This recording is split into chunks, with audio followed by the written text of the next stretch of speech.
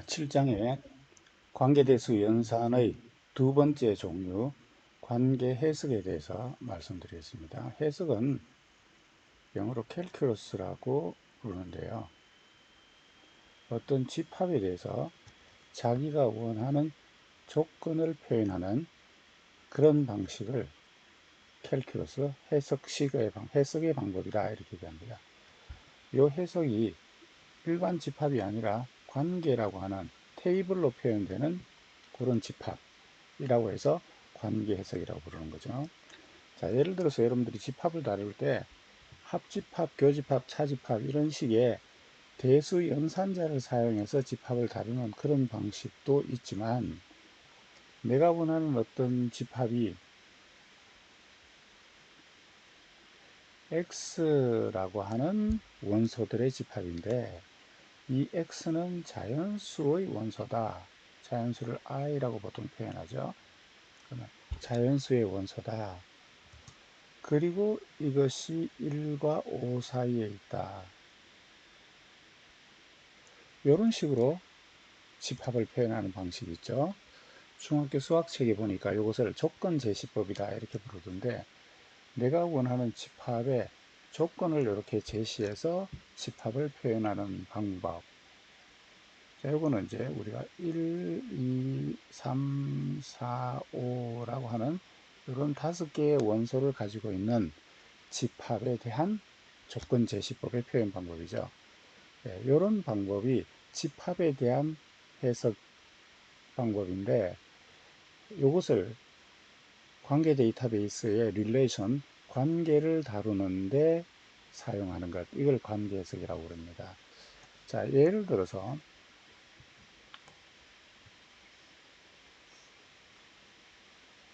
우리가 어떤 결과 집합 R을 얻으려고 하는데, 이거는 X라는 터플들의 집합이다.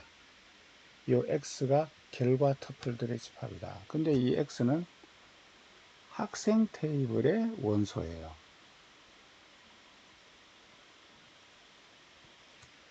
그러면 이제 X는 학생의 원소이다. 그리고 이 학생 중에서 이렇게 표현해도 되고, 또 어떤 책에서는 이 점을 찍어서 이렇게 표현하는데, 어쨌거나 이 X가 단순값이 아니라 학생의 값을 나타내는 행, 즉 여러 값들의 페어, 터플이죠. 그래서 어느 애트리뷰트냐라고 하는 것을 표시하기 위해서 애트리뷰트 이름을 괄호 다음에 혹은 점 다음에 이렇게 표시를 해서 X의 터플에 학생이라는 필드의 값이 4다. 그런 X 원소들의 집합, 이렇게 하게 되면 4학년 학생들에 대한 터플들만 우리가 검색할 수 있겠죠. 4학년 학생의 이름만 알고 싶다. 그러면 이 X 대신에 X.이름 이렇게 하시게 되면 4학년 학생의 이름만 검색이 됩니다. 자, 요거는 앞에서 보셨던 요 집합에 대한 조건을 나타내는 부분하고 모양이 똑같이 생겼죠. 요게 이제 결과로 나오게 될 결과에 대한 식이고요. 요 바디에 요 요 변수 x에 대한 조건이 나옵니다. 그 조건 중에서 요 x가 어느 집합의 원소인가 라고 하는 이 변수가 가질 수 있는 값의 범위를 나타내는 부분이 있는데, 요거 뒤에 가면 나옵니다. 요걸 범위식이라고 얘기하죠. 그 다음에 이제 그 변수로 이루어진 어떤 조건식이 나와 있는 거죠. 이 조건식은 변수를 사용해서 식을 표현하는데, 이 변수의 범위가 어떤 테이블의 터플, 즉 릴레이션인 거죠. 그래서 이것을 이제 관계 해석이다 이렇게 부릅니다.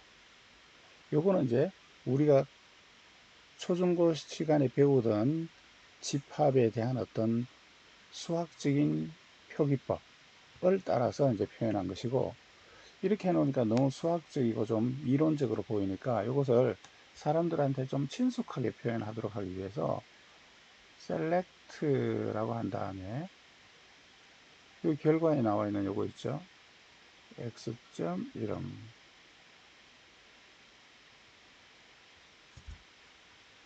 이렇게 표현하고 from 한 다음에 학생 테이블인데 이 학생 테이블에 있는 터플을 x라는 변수로 사용하겠다. 그 다음에 whereas에서 이 터플 x 결과 터플에 나올 x의 결과 터플에 조건을 주는 거죠. 이렇게 결과식에 나오던 것을 select 다음에 이 범위식을 from줄 다음에 그 뒤에 나오는 조건식을 where줄 다음에 이렇게 표기하도록 만든 것이 SQL입니다. 그러니까 결과적으로 이 식의 수학적으로 표현했던 이 식의 모양을 그냥 select from where라고 하는 이 구문에 맞춰서 다시 표현했을 뿐 사실상 이 수학적인 해석식이나 SQL문은 똑같죠. SQL에서 또 하나 간편하게 하기 위해서 이 조건이 이 터플이 어떤 테이블, 어떤 릴레이션에 대한 원소인가 라고 하는 것이 명확하면 이 터플 변수를 생략할 수 있게 이렇게 또 약속을 했습니다. 그러다 보니까 select 이름, from 학생, where 학년 이퀄 4 이렇게 간단하게 표현할 수 있게 한 거죠. 앞에서 SQL문을 배울 때 릴레이션에 별명을 붙일 수 있다라고 그랬는데 이 별명이라는 게 사실은 터플 변수에 해당이 되는 거죠. 해석식의 관점에서 놓고 보면. 자, 그래서 여러분들이 SQL문을 이미 배우셨기 때문에 사실상 관계 해석에 대해서는 다 배우셨다 이렇게 생각하시면 되고 단지 이제 이것을 어떤 수학적인 관점에서 해석식, 해석이라고 하는 캘큘러스라고 하는 관점에서 조금만 더 보충해서 설명을 드리겠습니다. 관계 해석식이라고 하는 것은 방금 보셨던 것처럼 어떤 집합에 대한 해석식, 조건식을 표현하는 방식인데 이때 이 집합이 관계 데이터 모델의 릴레이션, 관계를 다룬다라고 해서 이것을 관계 해석식이다 이렇게 얘기합니다.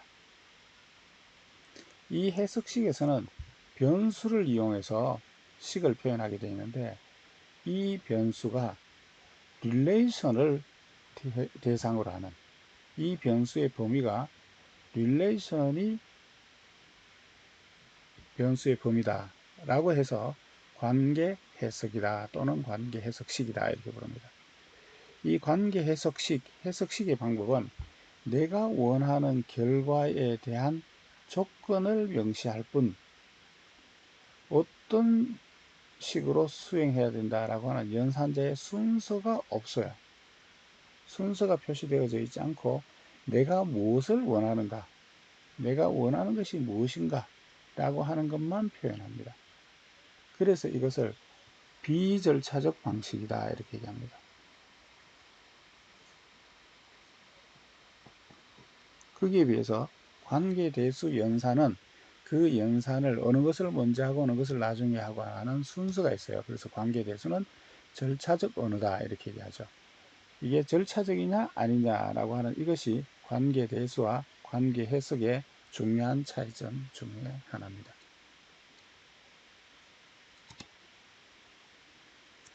자, 그래서 관계해석은 비절차적인 언어다 이렇게 부르기도 하고 선언적 언어다라고 부르기도 합니다.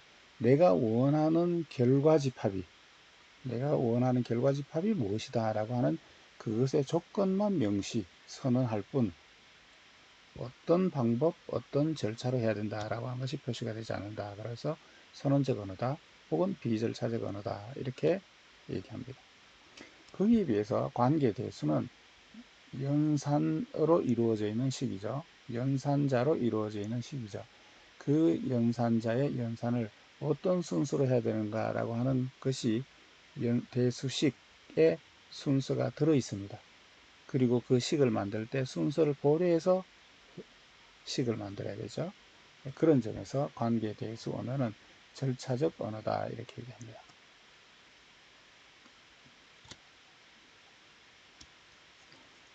자, 관계 해석 중에서도 이 관계 해석을 투플 관계 해석이다 혹은 도메인 관계 해석이다 이렇게 두 종류의 관계 해석 방식으로 이렇게 나눕니다.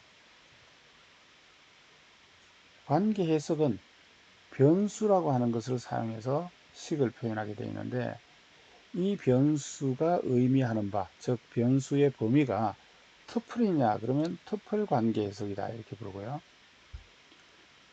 변수의 범위가 도메인이다 그러면 도메인 관계 해석이다 이렇게 얘기합니다. 일반적으로는 투플 관계 해석을 주로 사용을 합니다. 이 투플 관계 해석의 바탕을 둔 언어가 앞에서 배웠던 SQL이었어요. 이거 말고도 QUEL이라고 하는 언어가 초기에 SQL하고 QUEL 이 두 개가 대표적 라이벌 언어였는데 이제 국제 표준이 SQL로 표준화되어 있어서 QUL은 지금은 사용하지 않죠. 그래서 DBMS 제품들이 사용자들이 사용하는 실제 언어로는 투플 관계 해석의 바탕을 둔 언어들을 만들었어요. 변수의 범위가 도메인인 요런 또 도메인 관계 해석도 있어요. 요 도메인 관계 해석의 바탕을 둔 언어가 QBE라고 하는 IBM에서 만든 언어가 있는데 물론 요 SQL도 IBM에서 만들었고 QBE도 IBM에서 만들었습니다만 이 도메인 관계 해석이라고 하는 언어가 있는데 이건 뭐 거의 잘 사용하지 않습니다. 자, 그래서 터플 관계 해석이 뭔가라고 하는 것에 대한 이제 설명이 나와 있는데 터플 관계 해석은 변수가 터플을 나타내는 이런 관계 해석을 터플 관계 해석이다 이렇게 얘기합니다. 그래서 이 변수는 어떤 특정한 릴레이션을 범위로 갖는다. 이게 터플 변수입니다. 이 터플 관계 해석의 일반적인 형식을 보시게 되면 이런 식으로 되어 있습니다. 결과 집합이 내가 원하는 결과 집합이 이거다 이런 조건을 표시하기 때문에 나오는 결과가 집합이죠. 그래서 집합 기호로 이렇게 꼬부랑한 보통 이런 그 중괄로 영어로는 컬리 브레이스 꼬부랑한 괄로다 이런 뜻이죠. 컬리 브레이스를 보통 사용하죠. 그래서 이 컬리 브레이스 안에다가 요게 결과로 나올 투플 결과로 나올 투플의 집합 결과 집합이 여기 나옵니다. 결과에 대한 식이 여기 나옵니다. 그 다음에 버티컬 바를 한 다음에 요 결과에 대한 조건이 요 안에 나옵니다. 이 조건을 표현할 때 투플 변수를 사용해서 조건을 표현을 하죠.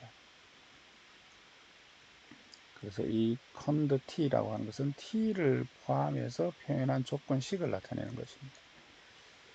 이 t는 변수인데 의미가 투플, 범위가 투플이기 때문에 투플 변수다 이렇게 부르고 투플 변수를 기반으로 만들어지는 식을 투플 관계 해석이다 이렇게 부릅니다.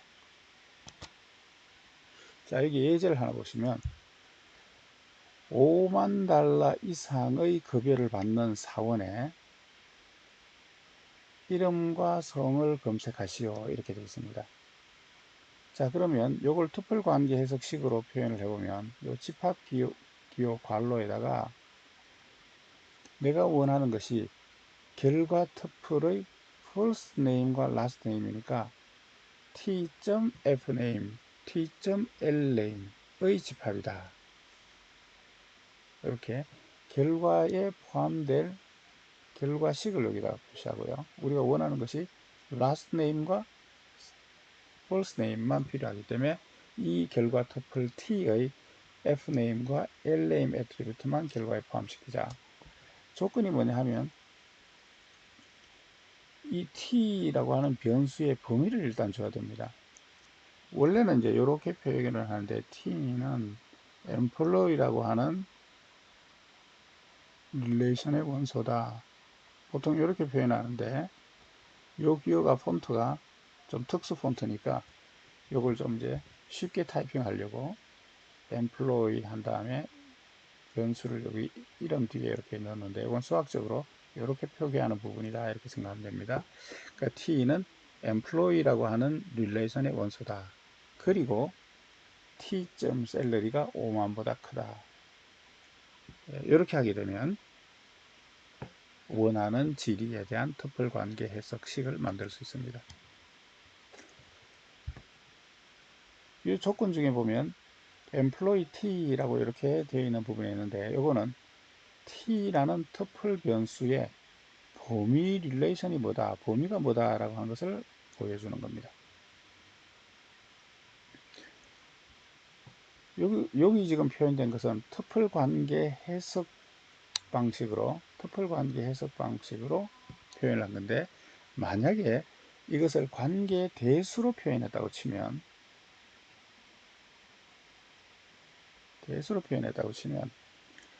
5만 달러인 엠플로이에서 월급이 5만 달러 이상인 사원을 먼저 셀렉션을 하고, 그죠? 그 결과에다가 F네임, L네임을 프로젝션 한 그 결과가 요 위에 있는 식의 결과가 되겠죠. 그래서 위에 있는 것은 해석식의 방법으로 표시한 것이고, 이 해석식으로 표시한 것은 관계대수식으로 표현이 가능합니다. 이런 관계대수식으로 표현할 수 있는 것도 해석식으로 표현할 수가 있는 거죠. 자, 그래서 어쨌거나 해석식은 이런 식으로 변수에 대한 조건을 표현하는 방식으로 질의를 표현하는 것, 이것이 관계 해석이고, 변수가 터플인 경우 터플 관계 해석이다 이렇게 부릅니다. 자, 그 다음에 이 뒤에 있는 이 영어는 원래 우리 교재가 영어로 된 원서를 번역한 것이고, 그 출판사에서 제공하는 영어 파워포인트 자료를 제가 필요한 부분을 번역해서 강의를 하고 있는데, 영어로 된 부분은 굳이 설명할 필요가 없을 것 같아서 번역을 안 했기 때문에 영어로 된 부분은 여러분들이 그냥 무시하고 지나가시면 됩니다. 해석식을 표현할 때 존재 정량자 혹은 유니버셜 퀀티파이어, 이걸 전체 정량자 이렇게 보통 얘기하죠. 혹시 이제 고등학교 때 논리식이나 이런 거 배우실 때 뭐 existential quantifier, 존재 정량자, universal quantifier, 전체 정량자, 뭐 이런 정량자를 사용하는 경우를 혹시 보셨는지 모르겠는데, 어쨌거나 이런 해석식을 표현할 때 존재 정량자, 전체 정량자를 사용해서 식을 이제 표현하는 방법이 있는데, 보통은 이제 존재 정량자를 사용하기 때문에 별도로 표현이 없으면 존재 정량자를 사용한다 라고 생각을 하고, 꼭 필요한 경우에만 별도로 유니버셜 퀀티파이어를 써서 표현한다 이렇게 생각하시면 되고요. 자세한 것은 일단 무시하고 지나가셔도 됩니다.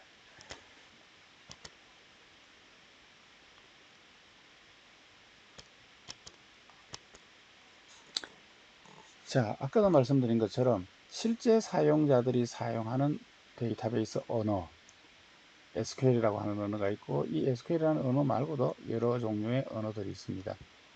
이 언어들 중에서 투플 관계 해석의 바탕을 둔 언어가 대부분입니다. SQL이 국제 표준이 되어버렸기 때문에 데이터베이스 언어는 투플 관계 해석의 바탕을 두고 있다 이렇게 얘기해도 되겠죠. 이 SQL은 여러분들 아시다시피 select from where 이런 모양으로 select 문을 작성을 합니다. 이것은 이 select 다음에 결과에 포함될 애트리뷰트 목록, 즉 여기 이제 결과식에 나오는 이 부분이 표현되는 부분이 select 다음에 나오는 거고요. 그 다음에 from질에 relation의 이름이 나오는 거죠. 이 relation의 이름은 사용할 변수들이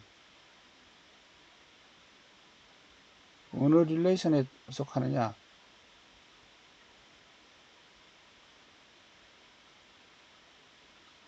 이런 식의 사용할 변수들에 대한 범위를 적어주는 부분입니다. 그런데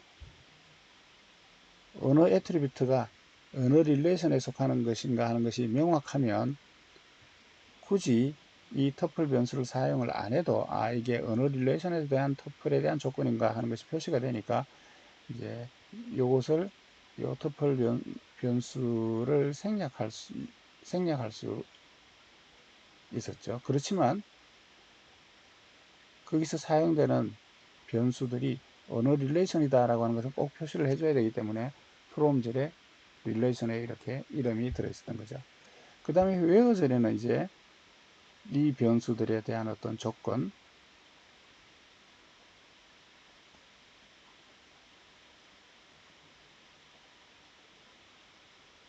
뭐 이런 조건들이 이제 쭉 들어가는 것이 웨어젤에 나와 있는 거죠.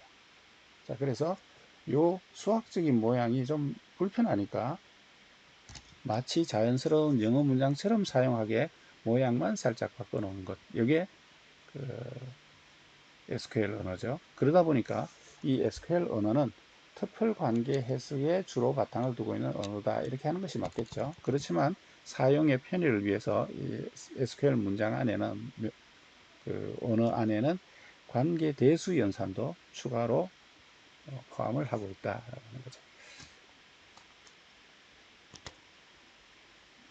자, 그 다음에 이 SQL에 대한 자세한 설명이 나오는데 이것도 설명을 생략하시고요. 그 다음에 보시면 관계 대수 릴레이셔널 캘큘러스 관계 대수 중에서 변수의 범위가 도메인인 이런 이제 도메인 관계 해석도 있습니다. 근데 이것도 제가 번역을 안 했죠. 이건 사용하지 않으니까 뭐 여러분들 그냥 참고만 하시라고 하는 거고요. 이건 스킵하고 지나가셔도 됩니다. 이 도메인 관계 해석에 바탕을 둔 언어 중에 하나가 QBE, Query by Example이라고 하는 그런 언어가 있습니다. 여러분들이 뭐 그냥 눈으로 보시고 지나가시면 되는 참고 사항인데 그래도 잠깐 한번 보고 지나가겠습니다. 여기 보시게 되면 이런 식으로 되어 있죠. 예제를 가지고 설명할까요? 예, 여기 예제 보시게 되면 도메인 관계 해석은 이제 이런 식으로 되어 있습니다. 어떤 릴레이션에 터플 변수인 경우에는 변수가 하나 있었죠. 근데 여기는 변수가 여기 보세요. 여러 개가 있습니다. Q, R, S, T 이게 각각 다 변수입니다. 이 릴레이션, 이 employee라는 릴레이션을 구성하고 있는 각각의 애트리뷰트, 그 애트리뷰트의 값을 나타내는 각각의 애트리뷰트의 값을 나타내는 변수고요. 그 애트리뷰트들을 짝을 만들면 이게 뭐가 됩니까? 하나의 터플이 되죠. 이 터플이 이 릴레이션의 원소다 라고 하는 거죠. 기호로 표시해 보면 이제 이런 식이 되는 거죠.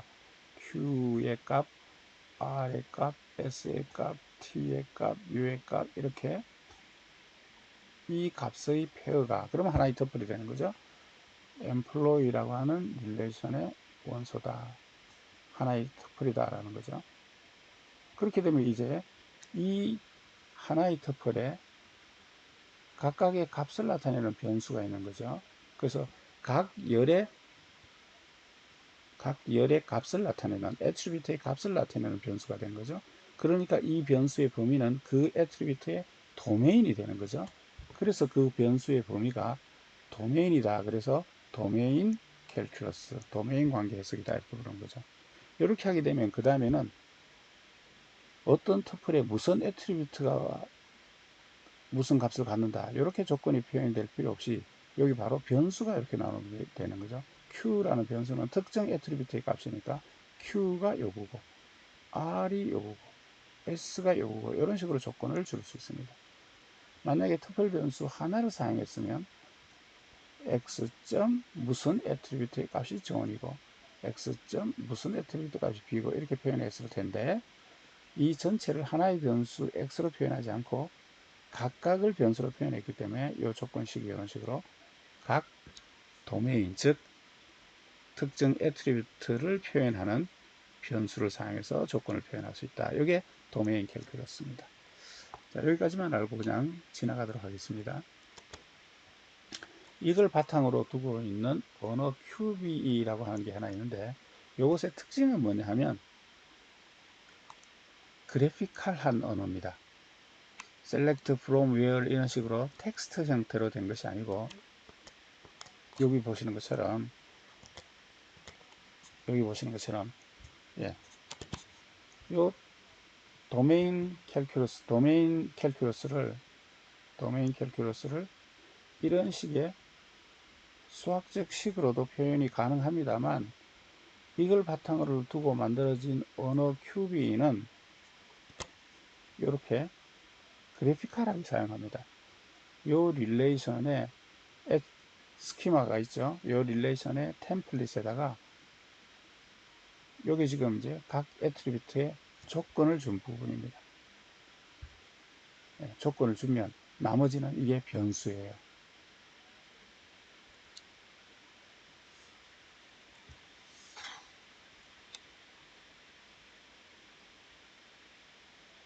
이건 지금 변수가 아니고 상수로 주어져 있습니다만, 변수.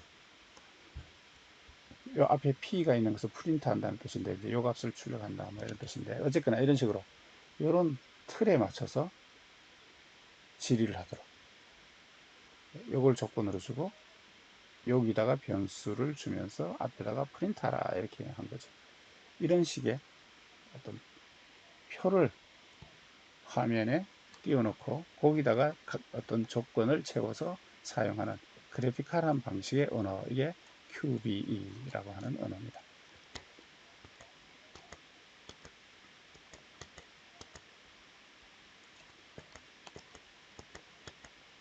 자, 여기까지 해서 관계 데이터베이스 모델의 연산 방법 중에서 엘지브라 방식의 연산, 캘큘러스 방식의 연산, 이 두 가지의 원리에 대해서 설명을 드렸습니다. 자, 이렇게 해서 7장의 내용을 마치도록 하겠습니다.